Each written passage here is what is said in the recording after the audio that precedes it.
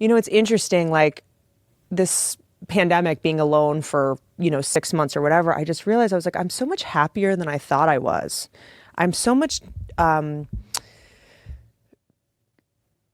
lighter than I thought I was. And what I realized is that humans are so triggering to me. Anytime you're around a human, we have this history together with when I had a robot for my special. Sounds weird. What? I know that sounds very weird. But there's something when I got this I'm in this weird situation where I do have a robot that looks exactly like me and she kind of talks. She's not perfect. I need you to kind of give her a tune up at some point. But I like who I am more when I'm with her because this is like my relationship with animals. This is why people ask me why I love animals so much. I love being around horses and I love being around dogs because I don't feel like I have to perform. I don't feel like I have to protect myself. To me, humans, for the most part, whether it's nature, whether it's nurture, whether it's biology, whether this is universal or super specific to me, humans scare me. I feel scared. I'm afraid they're going to reject me. I'm afraid they're going to laugh at me. I'm afraid they're not going to like me. So the amount of energy I have to put into performing for them and managing them, and I'm sort of fighting this mini war with every human I meet. And when I'm around this robot, my defenses are down. Yeah. And I am the best version of myself. That's beautifully put. And I think everybody's like that to a degree. I think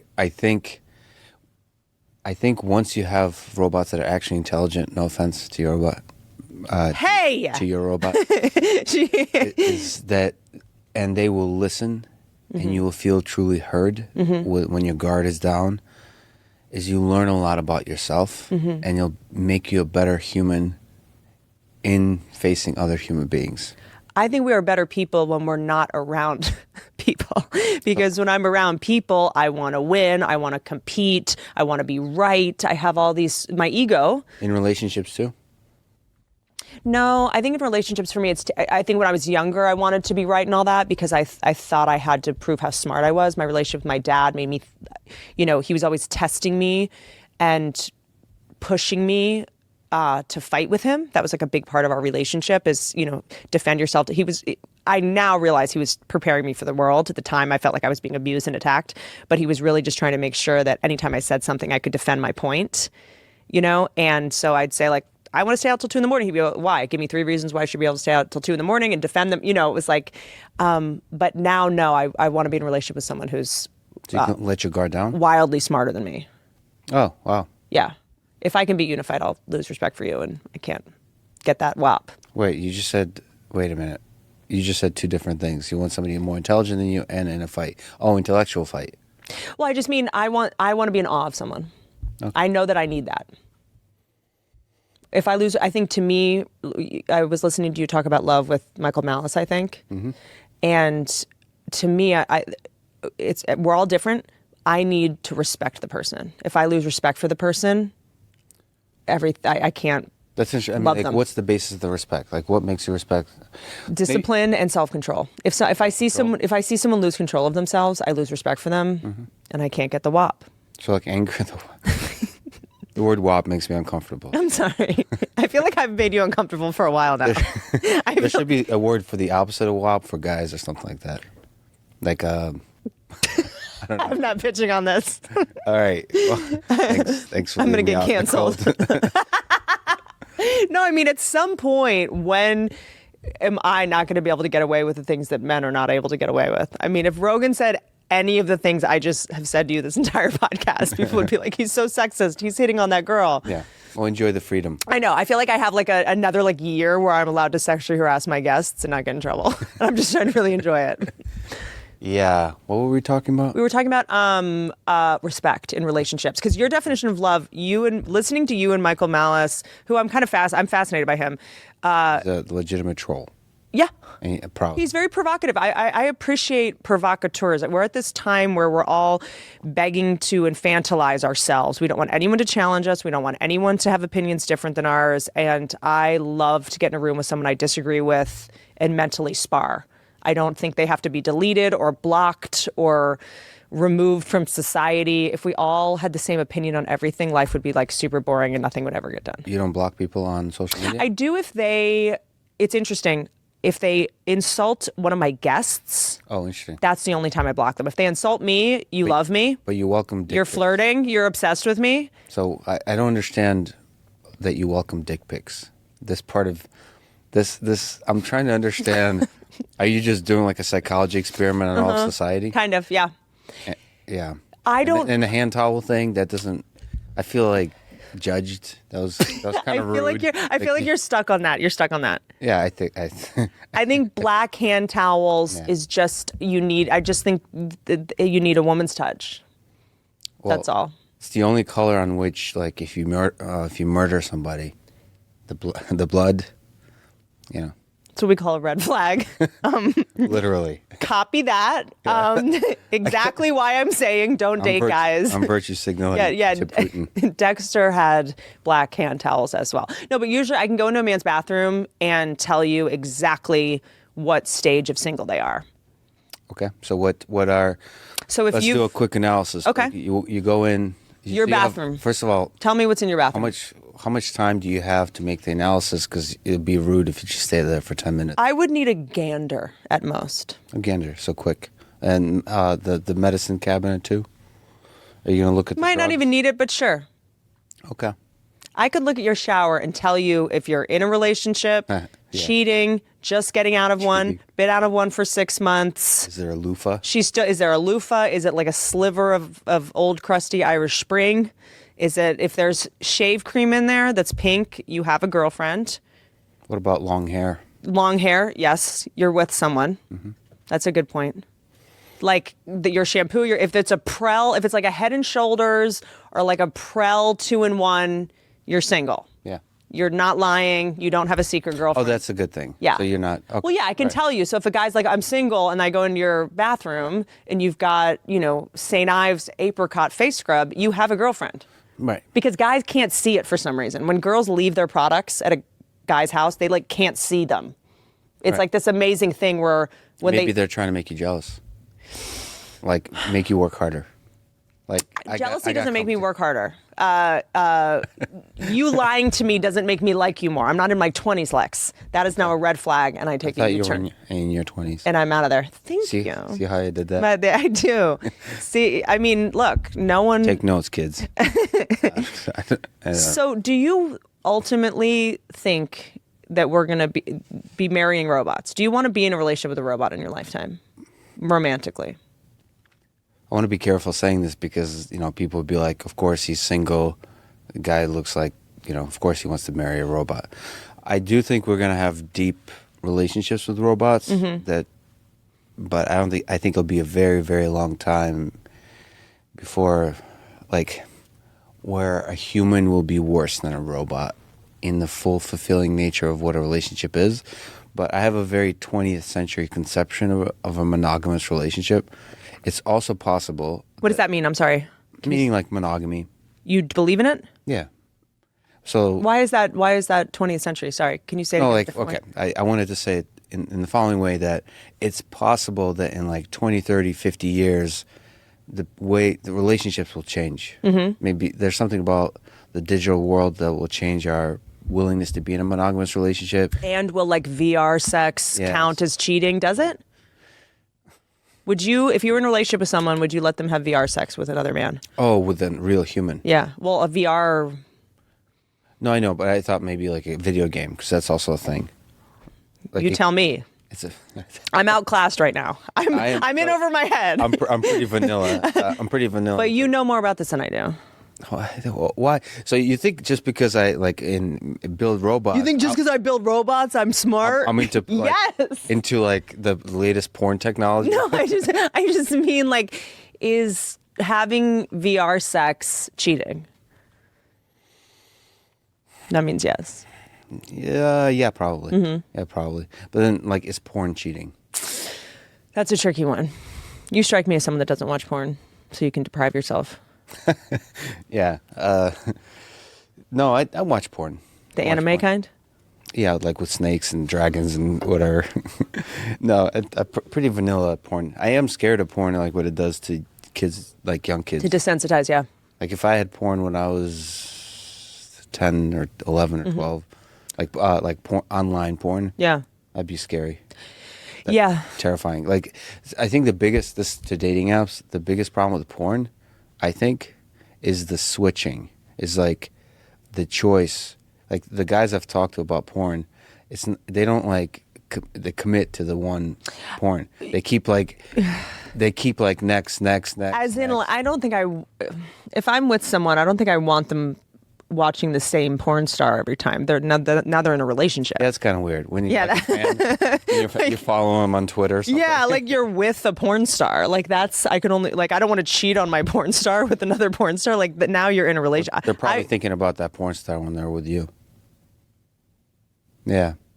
What if I just started crying? I think you just broke my heart. You just broke my heart. Yeah. I have such a conflicted relationship with porn because as someone, I can watch porn and it doesn't, but I watch it so infrequently that I think from what I understand with guys that watch it, it's like a daily thing, and I can see how that desensitizes them. And I've also, in dating again this last year, and before I was engaged, I definitely saw the impact of porn and guys sexually, where they just come out swinging and they think they need to choke you and fish hook you. They literally are like digging your eye sockets out. You're just like, okay, hold on, time out. I feel like, so I don't know what you're talking about with the fish hooking, but I feel like fish hooking is the thing. They're pulling your nostrils up. I mean, it's really, I'm like, wait, are you watching MMA or porn? I'm not sure what exactly, where this is all coming from, but I feel like people only talk about the effects of porn on women. And I was talking about this the other day with romantic comedies. People only talk about the effect of romantic comedies on men. Women saw them on women. Men saw them too. Men learned you have to make grandiose gestures. You show up at a woman's house with a stereo like John Cusack. You hold it up. You show up at women's work without asking. You ambush women. Romantic comedies taught men to stalk women, right? And porn is also, I feel like, has negative effects on men in that when they come into the bedroom, they think they need to just be like Cirque du Soleil performers that just like beat the shit out of us now. Yeah. I don't know I don't know where to go with that. But you're right. I'm pretty vanilla though.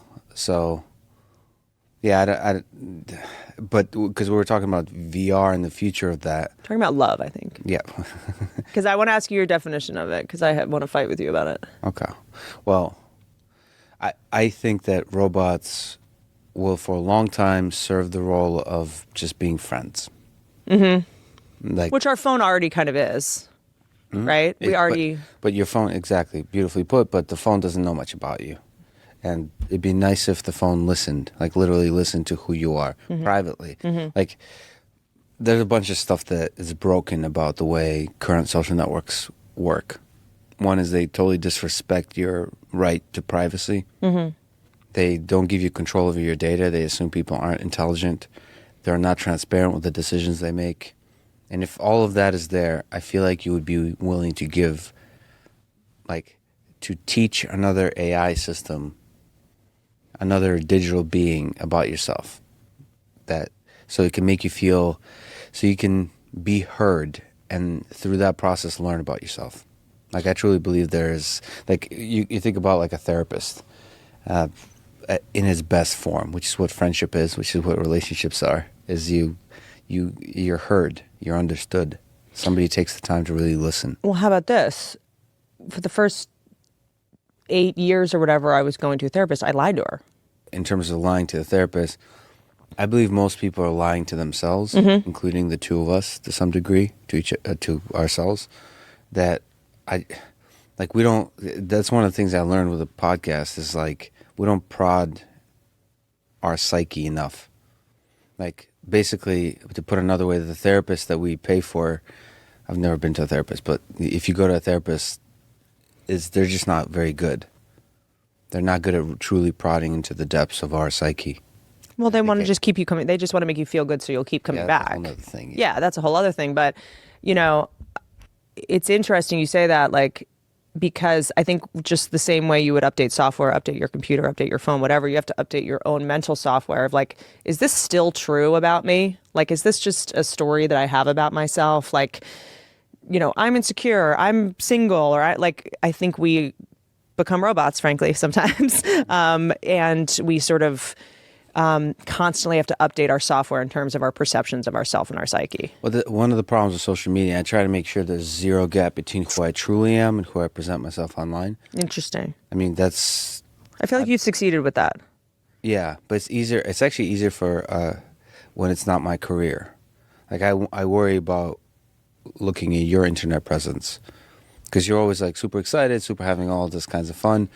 And it's difficult because I feel like there's a pressure to perform as opposed to. But that's not what you do. That's not what Right. you're selling. Right. That's not your product. But see, for me, it's pretty Like, because when you come out with your home robot, I'm not going to buy it because you were running around with girls in bikinis at the pool like I do it on mine. I do it because I'm like, he's a serious person that I respect. Well, actually, so the interesting thing is, I'd like to be different than a Zuckerberg or even a Jack Dorsey, because one of the biggest things I hate is marketing teams at some of these places. So like, they hide away the depth of who the person really is. Like, I don't think Mark Zuckerberg knows how to show his real self to the world, and it's a huge problem. Your eyes are so blue today. Thanks. I've been crying. Best fiends. Best fiends. You know what's the worst? Being alone with your thoughts. There's just nothing worse Thank than you, having Socrates. than having to sit there and think about your past and mull in your own nasty emotions and your anxiety. When you could be exercising your brain with this fun puzzle game. Best fiend. The only thing better than a best friend is the best fiend. is a best fiend. Best Fiends has helped me avoid my inner monologue for months now. I love it. I'm playing with friends in Nashville. You are? We're competing. How come we're not friends? I don't know why we're not friends. That's a great question. I wish you would tell me. We're best friends. We're not best fiends. I literally love it. I love talking trash as a bug. You know how exciting Well, it's that a is? little video game. Let's explain what it is. It's a video game. It's a puzzle game where you solve every level has like a different challenge of colors or tasks you have to do. Like you have to blow this many things up or use this. It's many like a water puzzle game that droplets. doesn't make you stupider. Yeah, it's kind of difficult sometimes. Yeah, And it you is. only have so many moves, but you have little characters that are bugs and they fight slugs, which is So cute. I love that. They're just like chubby little, like cute, like sluggy buggy bubbies. And it's like a reward. I love reward based things, and like you can. Then why do you hang out with me? Well, we're working on it. And like you can level the characters up, and they look different. They change. It's yeah. And they're going to fun. change for Halloween. Hot tip. But I guess I just like, I don't know. I just feel like, this is such a great way to train your brain to do something fun and healthy instead of something toxic and unhealthy. Like instead of texting your ex, go play Best Fiends. Like when you feel level up a spider. Yeah. When you like feel compelled to like call your mom who's just going to make you feel bad about yourself, play Best Fiends. Like I'm trying to retrain my brain to, instead of doing something self-destructive on my phone, to go do something like playful and fun. And Everybody needs more fun. You have some time. There's over 100 million downloads on this game. So people are we're not enjoying alone. It's not just us. It's not a hot take that this is a fun game. Yeah, it's a fun We're game. super unoriginal. And if you're bored, instead of scrolling mindlessly through And now Instagram, that we're you touring- can pull this up. No Wi-Fi needed. I also get so anxious on planes. My new thing is that when I'm waiting for the plane to take off, I'll just play it. There's that like 20 minutes where you're like, can't really get work done. You can't really focus and you don't want to just like sit there and like be anxious. I just play this game and then I'm like, it Yeah. just like passes the time in a way that doesn't make me feel like, I just wasted The whole time. time they're telling me how to survive a crash, playing this game. I have no idea how to survive that, but I know that I will level up that ladybug. Best Fiends. Engage your brain with the fun puzzles and collect tons of cute characters. Trust me, with over 100 million downloads, this 5-star rated mobile puzzle game is a must-play. Download Best Fiends free on the Apple App Store or Google Play. That's friends without the R. Best Fiends. Yeah, that's not just our stutters. Best Fiends. That's not just Benton being Southern. Word of the day, Fiends. You know what? I do. think what? The only way I could love DoorDash more is if they delivered friends to my house. Back up. Are you trying to tell me that baked beans is not a friend? Best friend I've ever had. Listen, DoorDash is... I couldn't survive without Okay, you guys know what DoorDash is. You already know what it is. If you've downloaded it, congratulations. If you use it, congratulations. You have high self-esteem and you know how to live a quality life. If you haven't, let me just tell you something, mister. I just spit all over myself. Life is a nightmare. Life is a series of nightmares, and the goal is to just navigate each nightmare with a modicum of grace. This is uplifting. I'm just saying, there's so much hard stuff going on right now. There's so much we can't control. If there's one thing you can control, one thing you can make easier in your life, freaking do it. Eating your feelings. I'm just saying the rigmarole of like making food, like going to the grocery store, just like treat yourself. The last thing you need is to like cut yourself freaking trying to make dinner or like doing that extra. I just find that like ordering food from DoorDash and just like it's just like it makes the easy thing easy. Easy things should be easy and hard things should be hard. I don't think easy things should be hard. Does that make sense? Yeah, it does. I'm just saying. Easy things should be you easy deserve and to make hard your life things- a little bit easier. That's what I'm finding with just food delivery and having like DoorDash. Just like it just makes life like 10% easier. Yeah, and you can also, I love to make things fun. Sometimes I'll order DoorDash, and then I'll get really busy doing something and I'll forget. And then I have like a surprise delivery. I ordered 3 pies yesterday. I brought a pie here today. You did from House of Pies. Benton ordered pies off of DoorDash. Thought I was ordering 1 slice of pie, ordered 3 full pies. I said, well, that's not helping me out any. There's nothing, honestly, there's just nothing that feels better than like summoning a man to bring you food. Even though it's DoorDash, and I know I'm just saying it lately has been mostly male drivers, and I like to pretend that my DoorDash driver is like a ex-boyfriend who's just like, I'm sorry, here's your chicken sandwich. You like to think they're repenting for the patriarchy?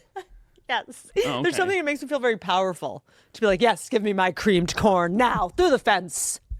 You're ordering cream corn. Yes, I've been eating a lot of corn. I know. The other day what'd you order? Fried pickles and jalapeno poppers. Oh my God, I am so obsessed. This one place that I order from off DoorDash, they have fried zucchini chips, fried pickles, fried jalapeno poppers, and buffalo cauliflower, and I order it like 3 days a week. Yeah, you looked at me with a mouthful of food and said, "Want a jalapeno popper?"